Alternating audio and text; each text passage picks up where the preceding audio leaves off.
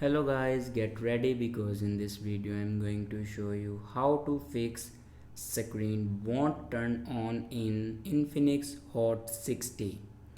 So watch this video carefully and follow every step as I'm showing in video, and don't forget to subscribe the channel. So let's start the video. First of all, open settings. In settings, scroll down and here you can see the option system. Now click on it and then scroll down and click on reset phone.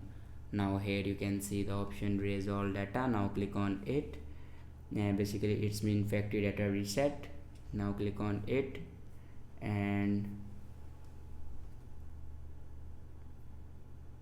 low battery, unable to restore factory settings. Okay, now click on it and then click on reset. After that, go back to your home screen and restart your device. For restart your device, press and hold power button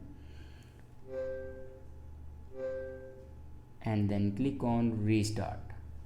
After doing these steps, your problem will be fixed.